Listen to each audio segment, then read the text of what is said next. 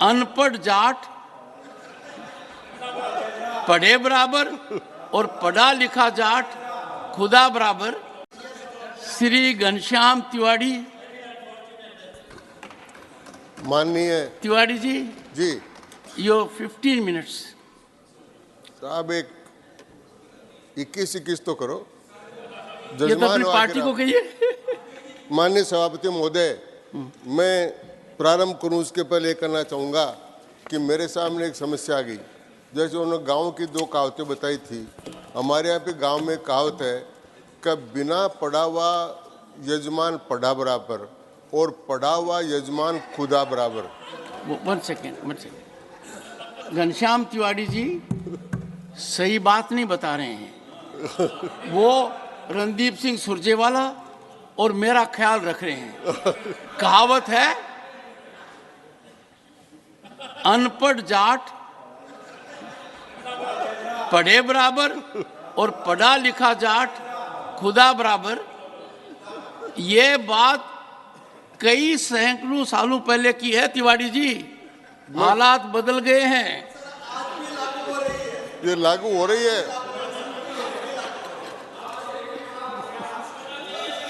तो सभापति professor, this is known as expression of pent of feeling.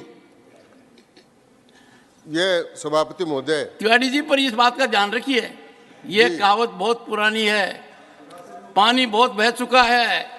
अब आप और हमें कोई ज्यादा फर्क नहीं है।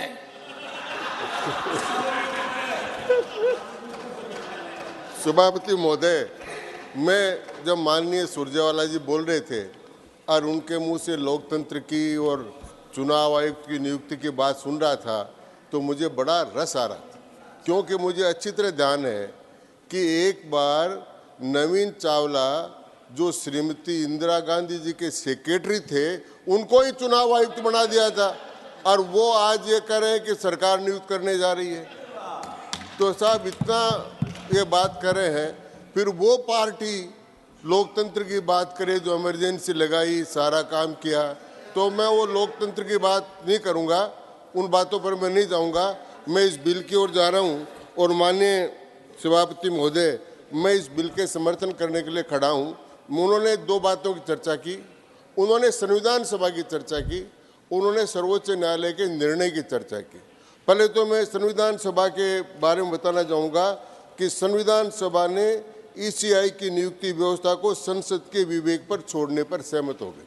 उन्होंने कहा था कि ये चुनाव का सारा सिस्टम वो कार्यपालिका के हाथ में तो नहीं होना चाहिए, लेकिन संसद इसके लिए कानून बनाए, अरे संसद के विवेक पर है। इसलिए मैं आपकी उस बात की तायद करता हूं और आपको धन्यवाद देना चाहता हूं। आपने जो कहा कि संसद ही सर्वोपरि है, न तो कोई न्यायालय न कोई और, इसलिए सर्वोपरि संसद के रूप में ये कानून लेकर हमारे अर्जुन राम जी मेघवाल लेकर आए। उन्होंने बाबा साहब अम्बेडकर का जिक्र किया। अब वो पुराने, वो हमारे पूज्य हैं और फाउंडर मेंबर हैं, और अब उनके बाद में साहब अगर कोई शेड्यूल कास्ट का आदमी कानून मंत्री बना है तो वो अर्जुन राम मेघवाल है। तो साहब अब जब आप उनकी चर्चा करते हो तो अर्जुन राम जी मेघवाल की भी चर्चा करो। तो मैं निवेदन ये करना चाहता हूँ कि वर्तमान में जो विधेयक है उसका कारण क्या है। साहब हर बात पर सुप्रीम कोर्ट में जाने का आदत पड़ गई है विपक्ष की, और इसके कारण से जिस सुप्रीम कोर्ट का बार बार निर्णय कर रहे थे, कल उसी सुप्रीम कोर्ट ने अपने जजमेंट में कहा कि सरकार की हर बात को चुनौती सुप्रीम कोर्ट में देने से अराजकता की स्थिति पैदा हो जाएगी, और ये अराजकता की स्थिति पैदा करने का प्रयत्न वो कर रहे थे। मैं आपसे निवेदन करना चाहूँगा कि जब ये कानून बनाने की आवश्यकता क्यों पड़ी, जब बरनाला अजीत के केस के अंदर सुप्रीम कोर्ट में गए, सुप्रीम कोर्ट ने 3 लोगों की समिति बना दी कि भारत का प्रधानमंत्री, प्रतिपक्ष के नेता और सुप्रीम कोर्ट के चीफ जस्टिस ये मिलकर तय करेंगे जब तक कानून नहीं बन जाता। तो उस परिप्रेक्ष्य में कानून बनाने के लिए ये कानून लेकर हमारे विधि मंत्री जी आज यहाँ पर आए हैं, इसलिए मैं विधि मंत्री जी का स्वागत करता हूँ। दूसरी बात ये कहना चाहता हूँ कि इस कानून में क्या है सभापति महोदय, इस कानून में चयन समिति की संरचना की व्यवस्था की गई कि चयन समिति कैसी होगी, उसकी संरचना की व्यवस्था की गई है। चुनाव समिति में, चयन समिति में कौन लोग शामिल होंगे, इस बात की व्याख्या की गई है। अध्यक्ष के रूप में प्रधानमंत्री रहेंगे, सदस्य के रूप में लोकसभा में विपक्ष का नेता होगा, और साहब इसमें और भी इनके लिए बहुत रियायत दी गई है। आगे चलकर इसमें कहा गया है कि विपक्ष के नेता, जितनी विपक्ष का मान्यता प्राप्त दल नेता नहीं हो संख्या, तो उससे भी कम संख्या हो और सबसे बड़ी पार्टी का नेता हो, उसको भी उसमें शामिल कर लिया जाएगा। इतना कंसेशन दे दिया क्योंकि हमें पता है कि परमानेंट रूप से वो कभी भी इस बात पर नहीं आएंगे कि उनको मान्यता प्राप्त विपक्ष की भूमिका रहे। इसलिए सरकार ने सारी देयता से ये प्रावधान कर दिया कि वो संख्या न भी हो तो भी इनका प्रतिनिधि चयन में रहेगा और प्रधानमंत्री द्वारा सदस्य के रूप में नामित एक कैबिनेट मंत्री उसमें शामिल हो। माननीय सभापति महोदय, 70 साल तक जो आदमी इस बात को कभी चयन समिति की बात ही नहीं की, अपनी इच्छा उसको बनाते रहे, वो आज इस प्रकार की बात करें, मैं समझ में नहीं आता। ये चुनाव आयोग क्या है, ये लोगों के ध्यान में कब आया? मैं याद दिलाना चाहता हूँ माननीय सभापति महोदय, जब सबसे पहले TN शेषन भारत के मुख्य चुनाव आयुक्त बने थे, तब लोगों को पता लगा कि चुनाव आयोग क्या होता है। वरना तो पहले तो राज्य चुनाव आयोग था। अभी चर्चा कर रही थी कि ये जो सदस्य बनेंगे उनका ये कैडर होगा, ये इनका ये कैडर होगा। शक्ति सिंह जी सुने सुने सुने सुने सुने आपको एक राय दे रहा हूं राय दे रहा हूं। मैं विधानसभा में एक सेकंड, मैं विधानसभा में माननीय घनश्याम तिवारी जी के खिलाफ रहा हूं। मैं प्रतिपक्ष में था, माननीय घनश्याम तिवारी जी मंत्री भी थे। इनको जितना टोकोगे उतनी ऊर्जा आएगी इनको, ये मत कीजिए, ये मेरी आपको राय है। और नीरज डांगी जी के पिताजी भी हमारे साथ थे। मैं आपको राय दे रहा हूं घनश्याम जी, अब आपको इंटरप्शन नहीं होगा तो आप समय में अपना बात कह पाएंगे।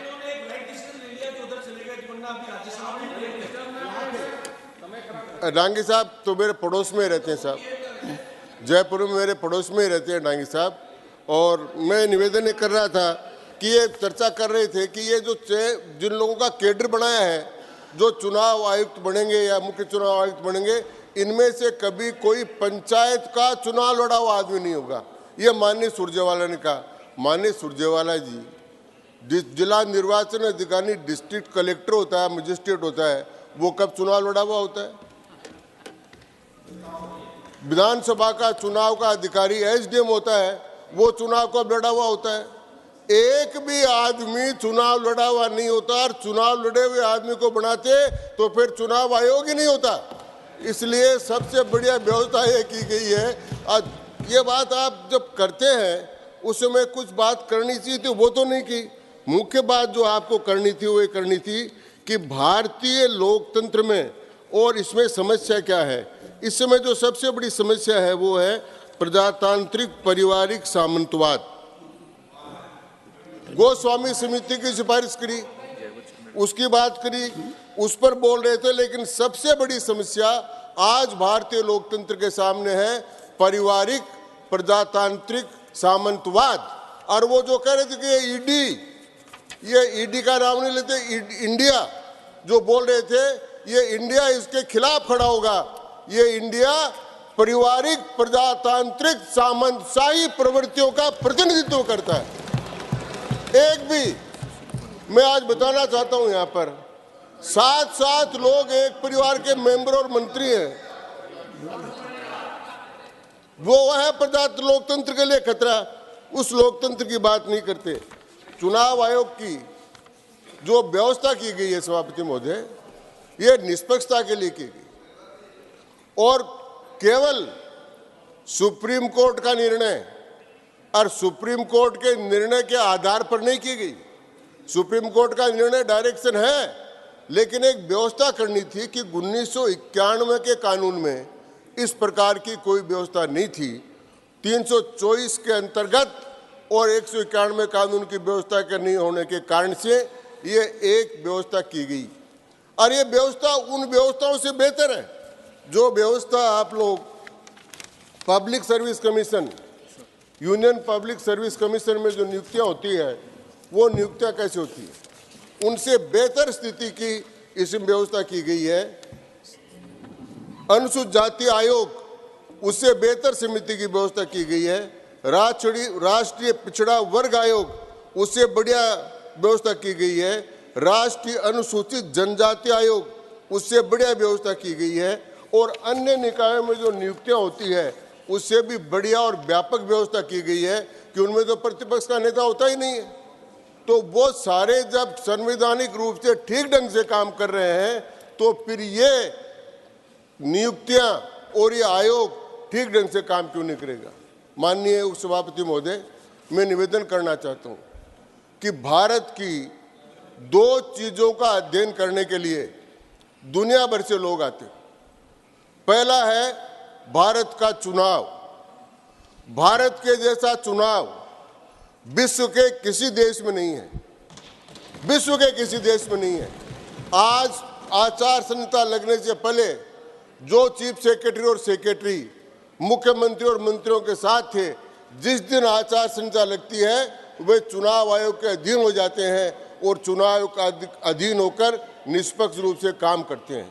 उसी हम का भी चुनाव करते हैं, हमको शपथ भी दिलाते हैं। माननीय तिवारी जी प्लीज इधर बोलो। मैं आपसे ही कर रहा हूँ साहब। जी जी, आपस में बात ना करें। आपस में नहीं करे साहब जी। तो मैं ये बात कर रहा था। दूसरी बात कर रहा था कि जब मैंने कहा था कि टीएन शेषन साहब से आने से पहले मैं भुक्तभोगी हूँ सर। मैं 1972 से इन चुनावों से जुड़ा हुआ हूँ, स्वतंत्र से चुनाव लड़ रहा हूँ, लड़ा रहा हूँ और अब तक यहाँ पर पहुँचा हूँ।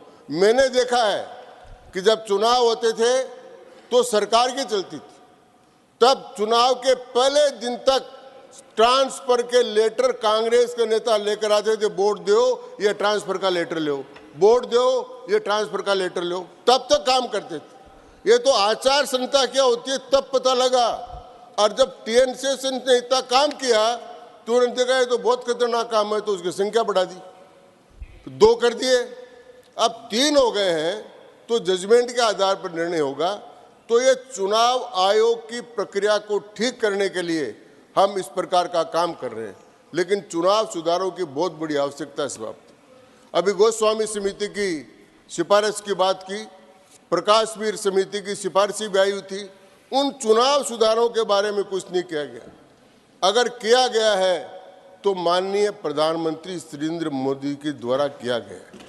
1951 में उन्होंने कानून बनाया और खुद नियुक्तियां कर देते थे। तो कमेटी भी नहीं थी, तब तो सर्च भी नहीं था, तब तो रिसर्च भी नहीं था। ये बना देते थे, ये कर लेते थे। लेकिन अब जब ये कमेटियां बनने लगी और जब विपक्ष में बैठे और जब इसका थोड़ा टेस्ट आने लगा, तब इनके दिमाग में इस प्रकार की तकलीफ हो गई। इसलिए इस प्रकार का काम ये बार बार करते हैं। अगर आपको चुनाव सुधार करना है तो चुनाव में धन का जो प्रयोग है, उस धन के प्रयोग को कम करना पड़ेगा। आपको मौका मिलेगा झा जी, प्लीज। अच्छा चलिए। तो चुनाव सुधार के लिए पैसे का, अब पैसा कहां से आएगा साहब? पैसा आता है चुनाव में ब्लैक मनी का, और ब्लैक मनी जब पकड़ी जाती है तो समस्या होती है। तो कहीं 58 करोड़ पकड़े जाते हैं बंगाल में, तो कभी 350 करोड़ पकड़े जाते हैं। तो ये सारा का सारा पैसा लोकसभा चुनाव के लिए इकट्ठा किया था। लेकिन इस बार चुनाव आयोग ने इन 5 राज्यों के चुनाव में ऐसी व्यवस्था की कि आज तक जितना पैसा नहीं पकड़ा गया, उतना करोड़ों रुपए का पैसा इस चुनाव के आचार संहिता के काल में पकड़ा गया। ये इतनी शुद्धता, इतनी शुचिता, इतनी पवित्रता हमने इस चुनाव की कायम की। तो एक तो मैं करना चाहता हूँ। दूसरा, सभापति महोदय, हमारी तरफ से आप बता दें कि पार्टियों के अंदर आंतरिक लोकतंत्र जब तक नहीं होगा, जब तक सुधार लागू नहीं होगा। हमारे यहाँ तो आंतरिक लोकतंत्र है। अटल जी से लेकर, आडवाणी जी से लेकर, मुरली मनोहर से लेकर, वेंकैया जी से लेकर, अमित शाह जी से लेकर, हिंदुस्तान के सारे प्रांतों से लोग आए। प्लीज आप बैठ जाएं प्लीज। हाँ आप बोले। और राजनाथ सिंह जी से लेकर सारे प्रांतों के लोग आए और एक सामान्य कार्यकर्ता भारतीय जनता पार्टी के अध्यक्ष पद तक पहुंच गया। लेकिन उधर जो पारिवारिक प्रजातांत्रिक सामंतवादी पार्टियां हैं, उनकी क्या हालत है साहब? कोई बन भी जाए तो चलता उनके कहने से है। तो मैं समझता हूं कि जब तक ये टिकट वितरण की व्यवस्था परिवारवादी को के हाथ में रहेगी, तब तक ये व्यवस्था ठीक नहीं हो सकती। इसलिए चुनाव की व्यवस्था को और ठीक करने के लिए पार्टियों के आंतरिक लोकतंत्र को, मंत्री महोदय, पार्टियों के आंतरिक लोकतंत्र को सुधारने की बात भी होनी चाहिए। मैं माननीय सभापति महोदय के इस मत से पूर्ण सहमत हूं कि कानून बनाने का अधिकार पूर्णतः संसद का है।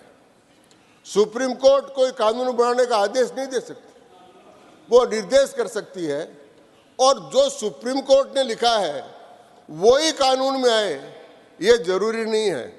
कानून को हम लोकतंत्र की भावनाओं के अनुसार और जनोपयोगी बनाने का काम इस संसद को करना है, और वो काम हम कर रहे हैं। इसलिए सभापति महोदय, मैं आपसे एक निवेदन करना चाहता हूं कि इस कानून में 4 बातें प्रमुख रूप से हैं। पहला, आप प्रक्रिया पार्टी ने जो समय दिया था वो खत्म हो चुका है। आप बोले अपनी पार्टी का समय लेंगे। नहीं, मैं समाप्ति कर रहा हूं माननीय सभापति महोदय।